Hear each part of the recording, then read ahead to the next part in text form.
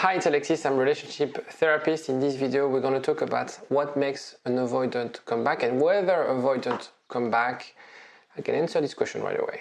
Yes, they do come back depending on few conditions. And what we're going to do today in this video, we're going to look at a scientific study that has been published about how avoidant deal with breakups. And we'll see in this video the conditions, the strategies and what you need to do if you want to get back with your avoidant partner. I'll explain everything after the jingle.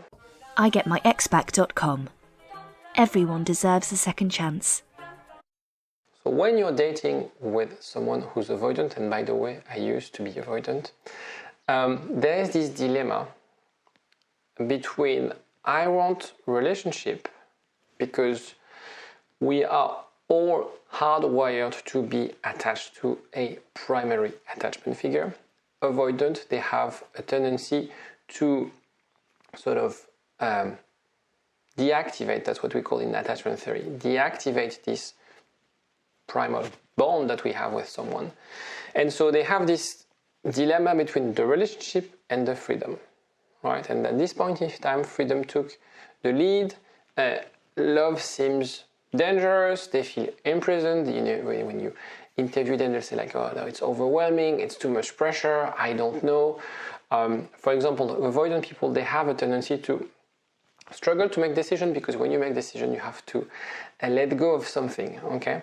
So constant dilemma, and that's why it's very hard to be in a relationship with someone who's avoidant, and that's why sometimes they break the relationship way earlier than we expect. It comes as a shock because for us, you know, they were happy, they told us they loved us, they felt connected with us, but for some reason that you can't really explain, they leave the relationship.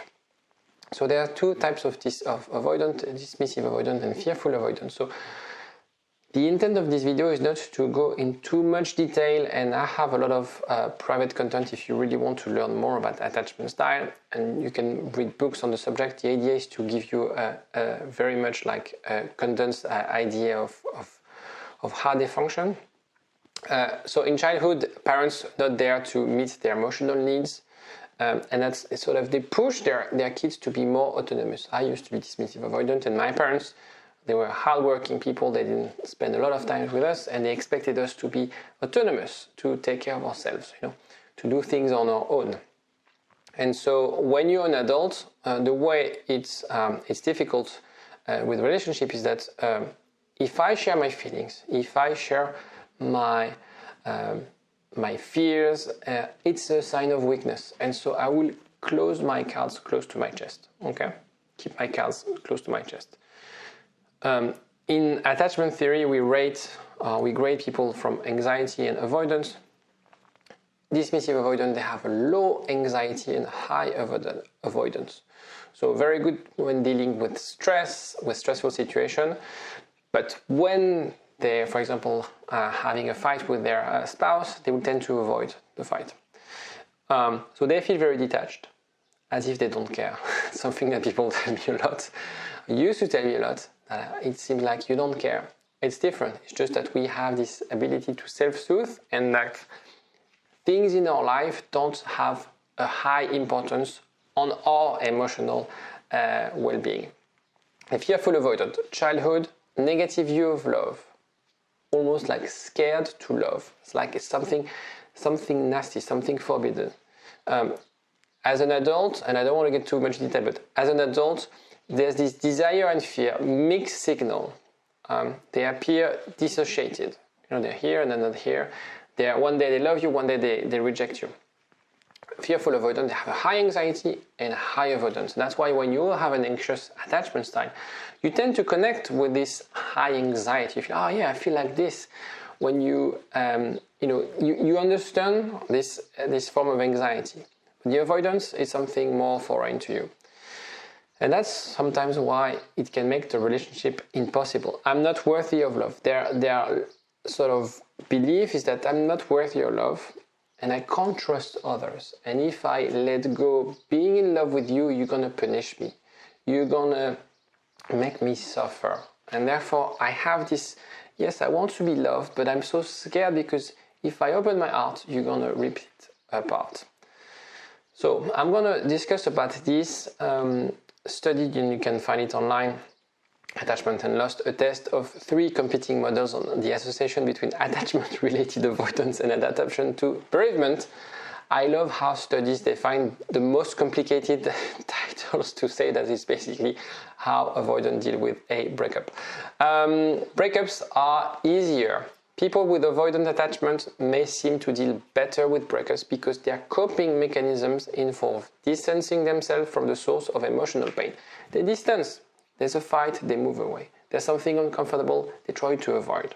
Okay, that's why breakups is way easier, because it's kind of their default way of dealing with a problem.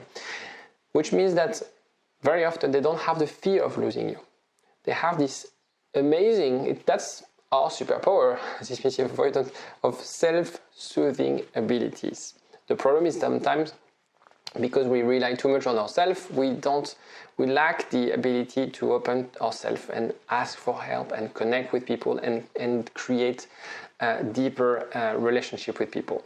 So they tend to bury all the negative emotions, and they have this belief that it's easier to let go because love is either painful or scary. So it's easier for them to detach from the relationship. And so they deal with the breakup differently. Dismissive avoidant, they have less regret, they are more adaptive, and they can move on quickly. Fearful avoidant, they are kind of obsessed about how things could have been different. Because they know, because they have this high anxiety, they bear some of the responsibility. Whereas dismissive avoidant, they will turn their back on you. I'll explain that it's not necessarily, when you read this, you feel like, oh, my ex was a dismissive avoidant, and therefore there's no chance of getting back with him or her. The thing is, that's how they react instinctively. That's how they rationalize their decision. Now, it's different when you have had a meaningful relationship with someone, because again, as I said at the beginning, we all have this deep need for attachment. And avoidant, what they do is they deactivate this primary function of our being. So do they miss you? Avoidants have learned to detach, so it's easier to deal with the loss. Does it mean they'll never come back?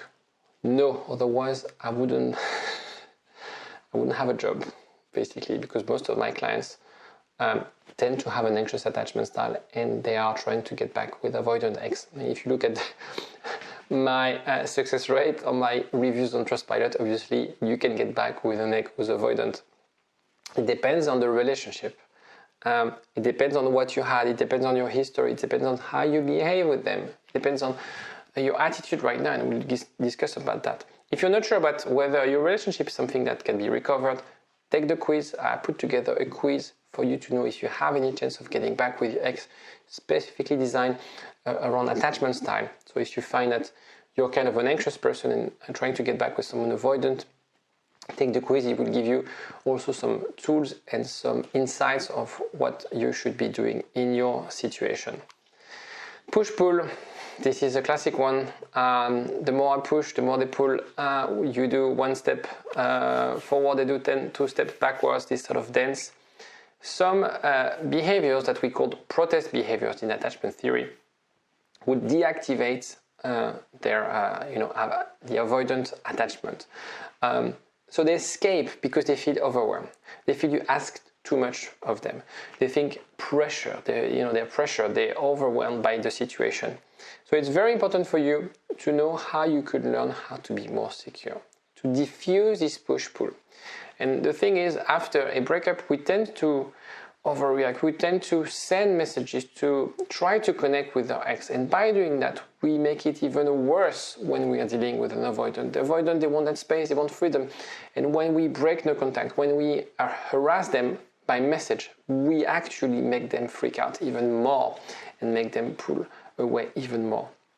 So it's very important for you to focus on what you can do, focus on being more secure partner, respect their needs for space, not overwhelm them with affection. That's not the point. The reason they broke up with you is not because they feel you don't love them enough. So one of the common mistakes that people make after a breakup, they feel like, okay, but if I tell her or him how much they mean to me, how much I love them, of course they'll come back. Remember, they don't function with the same operating system than you. They won't feel guilty that you love them, or they won't feel like a need to react if you say those things. They'll feel actually more overwhelmed because they feel like, that's not what I need right now. That's not what I want to hear. There's also an element of seeking validation when we have a tendency to be a bit anxious, getting the other one's approval. Okay, so all those things are extremely important for you to working on being more secure. We are doing a 1-week course in the next few days, depending on when you watch the video. Click on the link. There's a link in the description for you to access this course. The idea is to bring a small cohort of people and work together with Elizabeth and myself. You'll get coaching, you'll get the ability to discuss with me, to ask questions about your situation, to discuss with other like-minded people. And the intent is to really get you really progressing, because I know sometimes we're stuck, sometimes there are so many questions where we need answers. The idea here is to really focus on what you could be doing, get that progress, get you closer from your goal together. Also having a lot of people, a lot of social support in that sense. And it's 1 week, so it's short and sweet. It's really straight to the point. Finding your own balance. That's what you have to do. That's what we will be doing in this 1-week course. If you're anxious, you have this tendency to self-blame. I was so stupid. I'm not good enough. I'm not worthy of love. Remember, this breakup is not entirely your responsibility. Even though they took the decision to break up, if we analyze, if we look inside, it's 50-50. Almost all the time it's 50-50 or 60-40, but it's never your responsibility entirely. So focus on the things that you can improve. Okay, we can all improve. Every single day you can improve, but do it for yourself.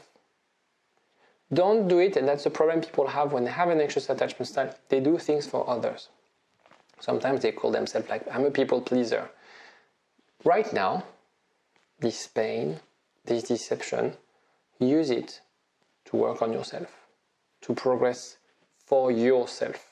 Don't do it for your ex. Don't do it to please your ex. Don't do it because you have the pressure of your friends, knowing that you're single now. Do it for yourself. The outcome of developing a secure attachment style can result in getting back with your ex. That's how you get back with an avoidant partner, is when you are more secure.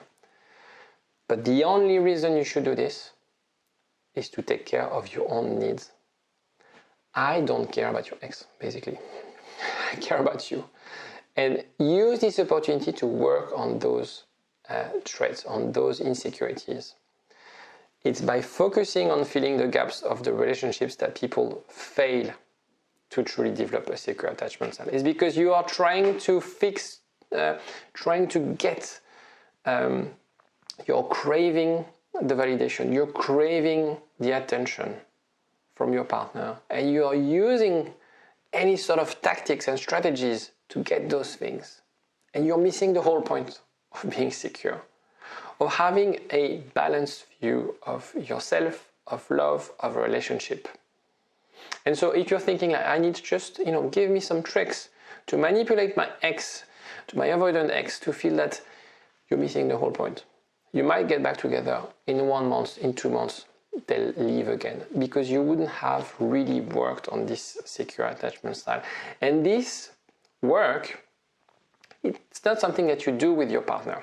That's why I don't do a lot of couple counseling. I do usually one-to-one, because the idea is to really investigate, address those insecurities, work on those things. And when you start a new relationship, you start the relationship on different foundations. You start relationship on different expectations. You have now the ability to express your needs in a secure way without overwhelming your partner. You know what you want, you know what you don't want.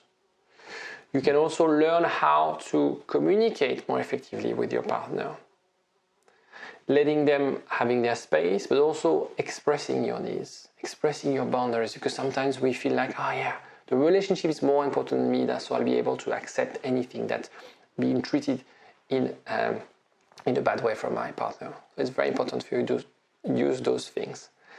Any questions, anything you want to ask me, let me know in the comment section. Don't forget, if you want to support the channel, if you want to watch more videos like this, you can subscribe, and I will see you during our 1 week challenge in a few days. Take care, bye-bye.